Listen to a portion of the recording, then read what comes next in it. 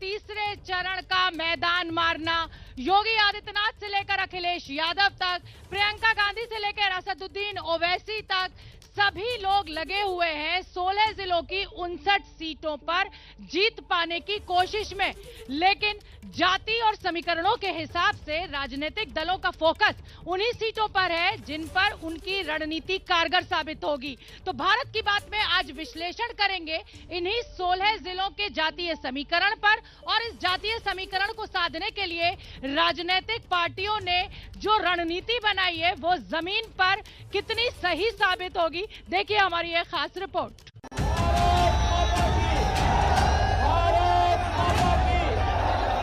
याद करिए, समाजवादी पार्टी ने तो भगवान कृष्ण की जन्माष्टमी पर भी रोक लगा दी थी। 300 पार के विश्वास की मूर्ति नीचे भारत माता की। उत्तर प्रदेश में जब अखिलेश की सरकार थी, यहाँ कट्टे और झगड़े बनते थे या नहीं बनते थे? अब भारतीय जनता पार्टी की सरकार आई है, यहाँ गोली की जगह गोले बनने लगे हैं जो पाकिस्तान पर चलने वाले हैं।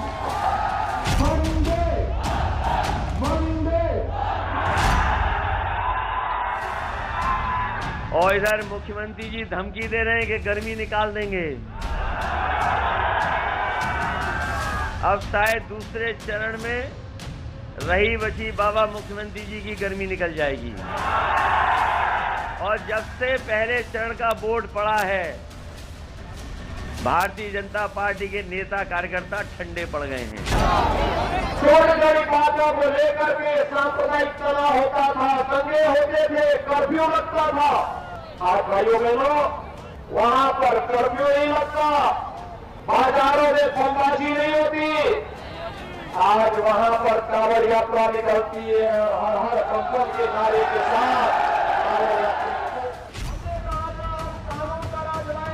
यूपी के सीएम योगी आदित्यनाथ कासगंज से लेकर फिरोजाबाद तक अपनी ताबड़तोड़ रैलियों में फोकस आस्था पर रखे हुए थे। आस्था का सम्मान किया है। यह आस्था का सम्मान, चाहे वह एक भव्य काशी के निर्माण के लिए काशी विश्वनाथ धाम के निर्माण का कार्यक्रम रहा हो, या फिर दिव्य अयोध्या के निर्माण का कार्य, और चाहे वह सजवई मथुरा हो, तो फिर सौरव उससे कैसे वंचित रह सकता है? ये हमारा सौभाग्य है। दंगों से लेकर मंदिर तक और अयोध्या से लेकर काशी तक दी जा रही दुहाई के पीछे एक वजह वो जमीन भी लगती है जहां तीसरे चरण में मतदान होने जा रहा है। जिस प्रदेश में छोटी बातों को लेकर के सांप्रदायिक तनाव होता था, दंगे होते थे, कर्फ्यू लगता था। आज भाइयों बहनों, वहां पर कर्फ्यू नहीं लगता, बाजारों में बमबाजी नहीं होती। आज वहां पर कांवड़ यात्रा निकलती है, हर हर कंपन के नारे के साथ कांवड़ यात्रा निकल करके अपनी आस्था को व्यक्त करता है। तीसरे चरण में समाजवादी पार्टी के गढ़ में वोटिंग है और हर पार्टी तीसरे चरण में जीत की चाबी हासिल करने के लिए जोर लगा रही है। जिसके हाथ जीत की चाबी होगी वो 59 विधानसभा सीटों पर बाजी मार लेगा। लेकिन चाबी तो सिर्फ एक ही पार्टी के हाथ लगेगी। जीत की चाबी हासिल करने के लिए कौन कौन से तरीके आजमाए जा रहे हैं, इस पर हम चर्चा करेंगे। लेकिन इससे पहले ये देखिए कि तीसरे चरण के जातीय समीकरण में बीजेपी और समाजवादी पार्टी की रणनीति को कितना और क्यों बदला। 20 फरवरी को यूपी में कुल 16 जिलों में वोटिंग होने वाली है। 16 जिलों की 59 विधानसभा सीटों पर मतदान होगा और इन 59 सीटों में से 30 यानी करीब आधी सीटें ऐसी हैं जो यादव बहुल आबादी वाली है। बीजेपी का फोकस यादव बहुल आबादी वाली सीटों को अपने पाले में करना है। पिछले विधानसभा चुनाव में समाजवादी पार्टी के गढ़ में बीजेपी कमल खिलाने में कामयाब रही थी। 2017 के विधानसभा चुनाव में बीजेपी ने 59 में से 49 सीटों पर कब्जा किया था। समाजवादी पार्टी के हिस्से 8 सीटें आई थी, जबकि कांग्रेस और बीएसपी को सिर्फ एक सीट ही मिली थी। बीजेपी पिछले चुनाव के इतिहास को दोहराना चाहती है और आज योगी ने यादव बहुल आबादी वाले जिले फिरोजाबाद से लेकर इटावा और मैनपुरी तक चुनावी रैलियां की। उनकी संवेदना किसके प्रति है? भाइयों बहनों, उनकी संवेदना याद करिए, जब 2012 में समाजवादी पार्टी की सरकार आई थी, पहला काम किया था आतंकवादियों के मुकदमों को वापस लेने का। ये चीजें बहुत स्पष्ट है। उनकी संवेदना आतंकवादियों के प्रति थी। समाजवादी पार्टी के गढ़ में सेंध लगाने के लिए बीजेपी खास रणनीति पर काम कर रही है। वो रणनीति जो बीजेपी को जीत की चाबी के करीब ले आती है। और तीसरे चरण के लिए जीत की चाबी 3 तरीके से दिखाई दे रही है। पहला, गैर यादव वर्सेस यादव। दरअसल मैनपुरी, कन्नौज और इटावा में यादव बहुल आबादी तो है, लेकिन पिछले चुनाव में ध्रुवीकरण की वजह से बीजेपी को बड़ा फायदा मिला था। इस इलाके में गैर यादव वोटर ने एकजुट होकर बीजेपी के पक्ष में मतदान किया, जिसकी वजह से बीजेपी को जीत मिली। और इस बार भी बीजेपी यही चाहती है और इसी वजह से गैर यादव बनाम यादव की रणनीति बनाकर आगे बढ़ रही है। कि भाइयों बहनों, सेफई खानदान कभी नहीं चाहेगा कि कोई दूसरा बड़ा यादव खड़ा हो जाए, जनाधार यादव सामने आ जाए। उत्तर प्रदेश के सीएम योगी आदित्यनाथ एक तीर से 2 निशाने साध रहे हैं, क्योंकि वो गैर यादव वोटरों के साथ यादवों को भी अपने पाले में खींचने का दांव चल रहे हैं, क्योंकि इस दांव में जीत की चाबी पाने का रास्ता जो दिख रहा है। जीत की चाबी, दूसरा तरीका, परिवार वर्सेस परिवारवाद। परिवार बनाम परिवारवाद की लड़ाई चल रही है और एक तरफ बीजेपी ब्रिगेड अखिलेश यादव के परिवारवाद पर निशाना साध रही है। केवल एक खानदान की ही सब कुछ बपौती बन करके रह गई थी। जिस जमीन और जिस संपत्ति की उन्होंने इशारा किया, शाम को गरीब को वहां से उजाड़ करके और उस संपत्ति को अपना बनाने का ये लोग कुत्सित प्रयास करते थे। अखिलेश बाबू की जो सरकार चलती थी, वो अपने परिवार के लिए इतने सालों तक इन्होंने सरकार बनाई। अखिलेश आते थे तो एक जाति का काम होता था, जबकि अखिलेश यादव बीजेपी के परिवारवाद वाले हमलों का जवाब अपने तरीके से दे रहे हैं। सत्ता में बैठे लोग कहते हैं परिवारवाद, परिवार परिवार। मैं आपसे कहना चाहता हूँ, जिनके परिवार होते हैं वही परिवार वालों का दुख समझ सकते हैं। जिनका परिवार नहीं है वो परिवार वालों का दुख नहीं समझ सकते। जीत की चाबी पाने का तीसरा जरिया है कानून व्यवस्था वर्सेस किसान। कानून व्यवस्था को बीजेपी ने मुद्दा बनाया है। अमित शाह से लेकर योगी आदित्यनाथ तक एसपी सरकार में माफिया राज का डर जनता को दिखा रहे हैं। अखिलेश जी के समय में पूरे उत्तर प्रदेश के अंदर माफियाओं का शासन था। ये माफिया बाहुबली आते थे, पुलिस डर के मारे भाग गए। आज 5 साल योगी जी की सरकार चलने के बाद माफिया पुलिस से भागता है, माफिया पलायन करता है। और अखिलेश यादव किसानों के मुद्दे को थामे हुए हैं। 700 किसान शहीद हुए हैं, 700 से ज्यादा किसान शहीद हुए हैं। किसी की मदद नहीं की भारतीय जनता पार्टी ने। 700 से ज्यादा किसान शहीद हुए हैं, किसी की मदद नहीं हुई।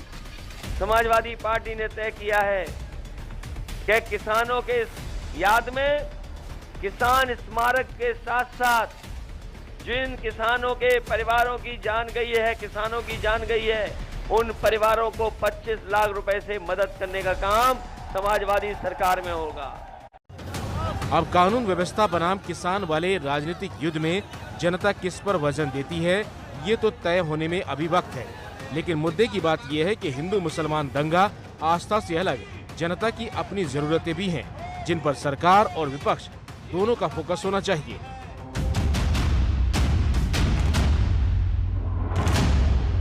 फिरोजाबाद में चुनावी रैलियां तो खूब हुई और तीसरे चरण की वोटिंग से पहले होती भी रहेंगी, लेकिन कोई फिरोजाबाद की चूड़ियों की फीकी पड़ी चमक की चर्चा करने में रुचि नहीं दिखा रहा।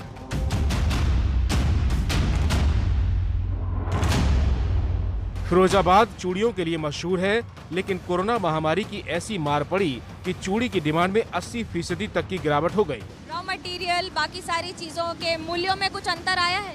देखिए, पिछले सालों में कोरोना की वजह से चूड़ी की बिक्री में बहुत बड़ा फर्क आया है, क्योंकि मेले, दशहरे, ब्याह शादी में ही चूड़ी बिकती है, वो कोरोना की वजह से बंद है। लेकिन फिरोजाबाद यादव बहुल इलाका है, तो अभी बयानबाजी उसी को ध्यान में रखकर की जा रही है।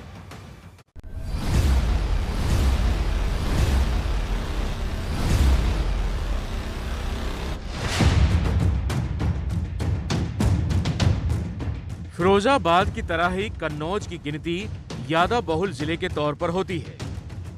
2002 में कन्नौज विधानसभा सीट पर समाजवादी पार्टी का कब्जा है, लेकिन कन्नौज अपने इत्र की खुशबू के लिए जाना जाता है। कन्नौज में सालाना इत्र कारोबार का टर्नओवर करीब 1500 करोड़ का है।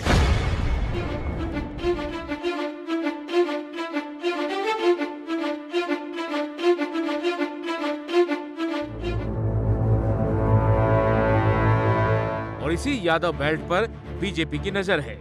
योगी आदित्यनाथ ने आज मुलायम सिंह यादव के परिवार के गढ़ इटावा में भी रैली की।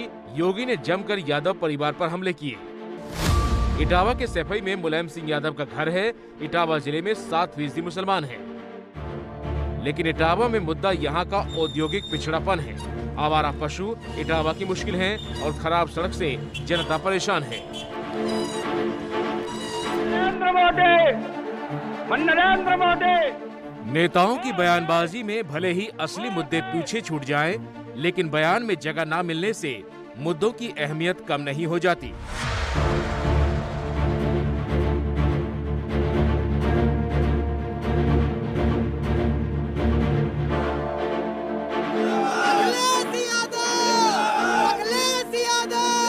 कल अखिलेश यादव यूपी के झांसी में मौजूद थे, जहां वो गरीब जनता से घी और सरसों के तेल के इंतजाम का वादा कर रहे थे।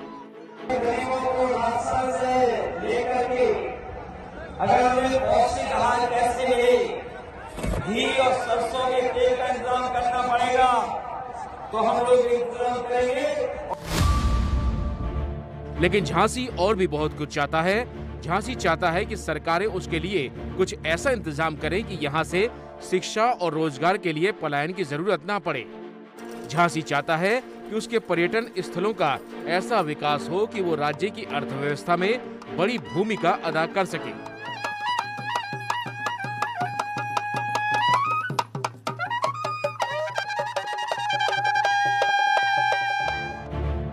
लेकिन सवाल फिर वही कि जनता अपने मुद्दों पर वोट करेगी या फिर नेताओं के तय किए गए एजेंडे पर। 2 चरणों का चुनाव हो चुका है और दोनों फेज के बाद बीजेपी और समाजवादी पार्टी अपनी अपनी जीत का दावा कर रहे हैं। अरे समाजवादी पार्टी का सुपड़ा साफ हो रहा है। उनकी शक्ल देख लेना, उनकी शक्ल पर 12 बज गए हैं।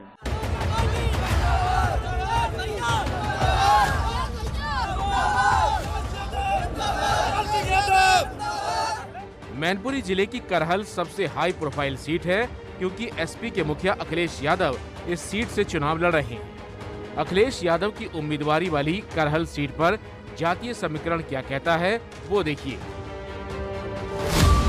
यादव 38%, एससी 17%, शाक्य 13%, ब्राह्मण 7%, ठाकुर 9%, अल्पसंख्यक 6% और अन्य 10%।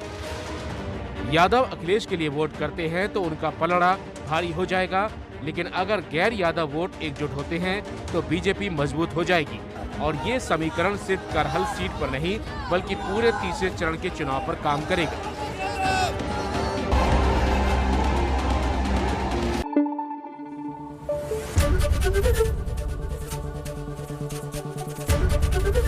एबीपी न्यूज आपको रखे आगे।